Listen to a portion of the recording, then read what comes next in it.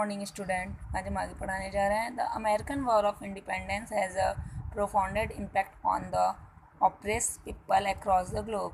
America स्वतंत्रता संग्राम का दुनिया भर में दबे कुचले लोगों पर गहरा असर पड़ा था।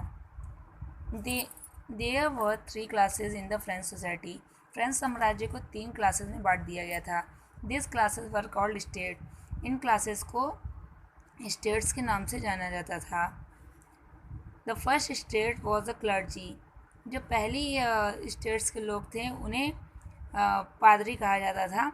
It was no also known as official of the church. इन्हें चर्च में ऑफिस के अधिकारियों के रूप में जाना जाता था।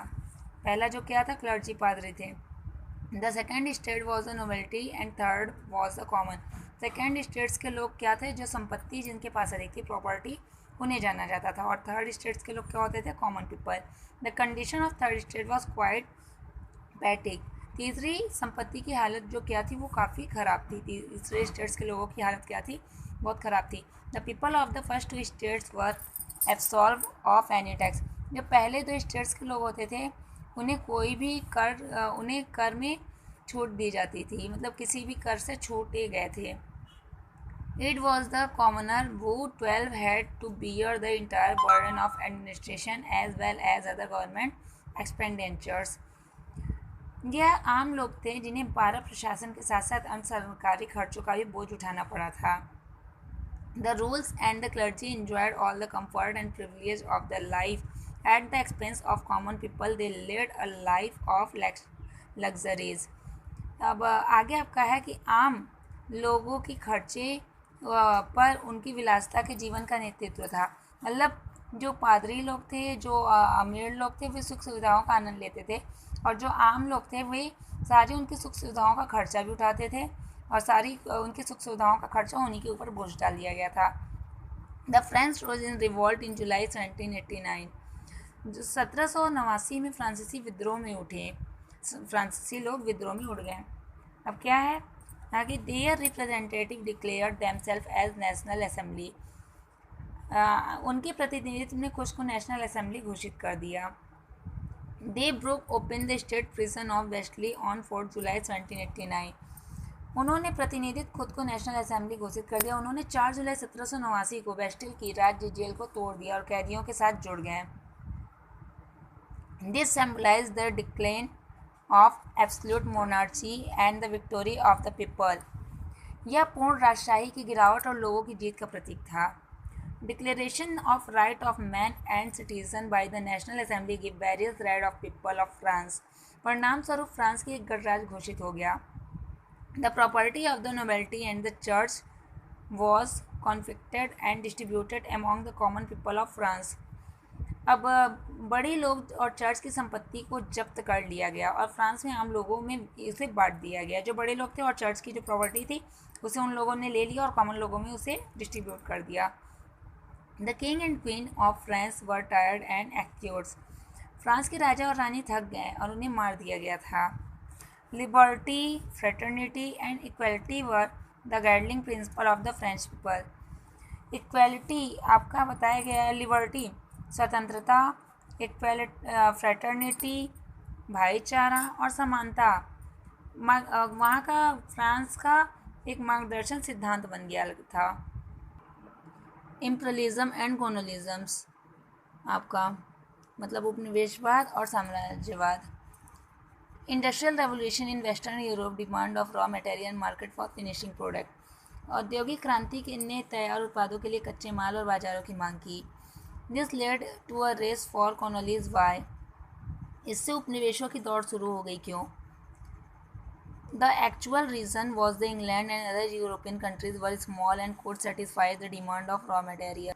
वास्तविकता कारण यह था कि इंग्लैंड और अन्य यूरोपीय देश छोटे थे और कच्चे माल की मांग को पूरा कर सकते थे।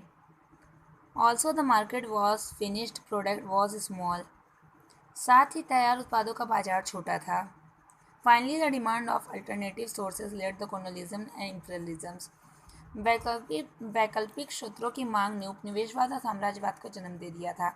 आपका इसका मीनिंग क्या है? उपनिवेशवाद और साम्राज्यवाद। Imperialisms that come from the Latin word imperium means power. साम्राज्यवाद जो लैटिन शब्द से आता है, imperial का अर्थ है शक्ति. It is the policy of political and economic control over a weak country by a powerful one. यह शक्तिशाली देश द्वारा कमजोर देश पर विश्व राजनीतिक और आंतरिक नियंत्रण की नीति है. This led to strains in the 19th century AD, primarily due to the industrial revolutions. विश्व नाटो कॉलोनी साम्राज्य 19वीं शताब्दी ईस्वी के दौरान उपनिवेशों की खोज में वृद्धि हुई. The discovery of colonies increased during the 19th century AD. साम्राज्यवाद देशों की जो खोज में वृद्धि है वो 19वीं शताब्दी के दौरान हुई. The Asian and African country began to be conquered by the imperialist countries. एशियाई और अफ्रीका देशों पर साम्राज्यवादी देशों द्वारा विजय प्राप्त की जाने लगी. The government of these countries were weak and was not able to resist the power European. इन देशों की सरकारें कमज़ोर थी और वेस्टर को शक्तिशाली यूरोपीय लोगों का विरोध करने में सक्षम नहीं थी. मतलब यहाँ की गवर्नमेंट क्या थी, कमज़ोर थी और ये इनका सामना नहीं कर सकती थी. Imperialism spared easily due to the improvement of transport in coast time. The Asia Africa were divided among the imperialist power led by Britain. साम्राज्यवाद ने परिवहन में सुधार के कारण कॉलोनियों को आसान बना दिया. समय के साथ एशिया और अफ्रीका को ब्रिटेन, फ्रांस, बेल्जियम, संयुक्त राज्य अमेरिका के बाद among the imperialist power led by Britain, France, Belgium, years later Japan. समय के साथ एशिया और अफ्रीका को ब्रिटेन, फ्रांस, बेल्जियम, संयुक्त राज्य अमेरिका के बाद जापान के नेतृत्व में साम्राज्यवादी शक्तियों के बीच विभाजित कर दिया गया. By the end of AD 1914, 1914 के अंत तक a few industrious countries control the non-industrial world. कुछ औद्योगिक देशों ने गैर औद्योगिक दुनिया को नियंत्रित किया. Impact of imperialism. साम्राज्यवाद का महत्व. The most significant impact of imperialism was economic exploitation of the colonies. साम्राज्यवाद का महत्व जो है, सबसे महत्वपूर्ण प्रभाव उपनिवेशों के आर्थिक शोषण था. Destruction of local industries in these countries was led by imperialism, i.e. the textile industries of India was destroyed by British and India became an importer of British cloth. चूँकि इन देशों में स्थानीय उद्योग का विनाश अधिक साम्राज्यवाद की अगुवाई के कारण हुआ था, अर्थात भारत में जो कपड़ों का उद्योग का कारक था ब्रिटिशों द्वारा नष्ट कर दिया गया था और भारत ब्रिटिश कपड़े का आयातक बन गया था. मतलब वो भारत जो था वो ब्रिटिश कपड़े का मंगाता था. Imperialist countries use the natural resources of the colonies for their on benefit. साम्राज्यवादी देश जो थे वो क्या करते थे, अदर देश के संसाधनों का उपयोग अपने लाभ के लिए करते थे, प्राकृतिक संसाधनों का उपयोग अपने लाभ के लिए करते थे. The industrialisation of the colonies was prevent. अब औद्योगिकरण की जो ये चीज़ें थी उसे क्या किया गया था, प्रिवेंट किया जाने लगा था, बचाया जाने लगा था. The modification of agriculture fulfilled required of the imperialist countries. इन देशों में क्या था, कृषि के संसाधन जो थे साम्राज्यवादी देशों में आवश्यकताओं को पूरा करते थे. जैसे फिर आपको बताया गया है, countries like Cuba was reduce on only sugars.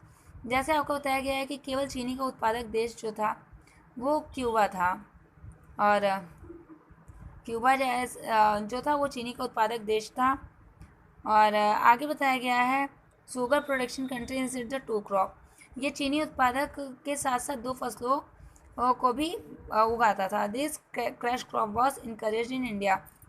ये जो क्रॉप थे, नकदी फसल जो थे, वो भारत में प्रोत्साहित किया गया. Apart from this the colonies were exploitation thought demand the revenue and other taxes. अब इसके अलावा उपनिवेशों ने 19वीं शताब्दी में इसका शोषण करना शुरू कर दिया और लगान लेना शुरू कर दिया. India face the evil of imperialism for many years. Bharat ने कई वर्षों तक साम्राज्यवाद की बुराइयों का सामना किया. Britain exploited India economically for its own benefit. जो ब्रिटिश थे उन्होंने इंडिया को शोषण अपने खुद के फ़ायदे के लिए किया. Finally the struggle was India people against imperial ended the added 1947. अंत में साम्राज्यवाद के खिलाफ भारतीय लोगों की संघर्ष जो है वो 1947 में समाप्त हो गई.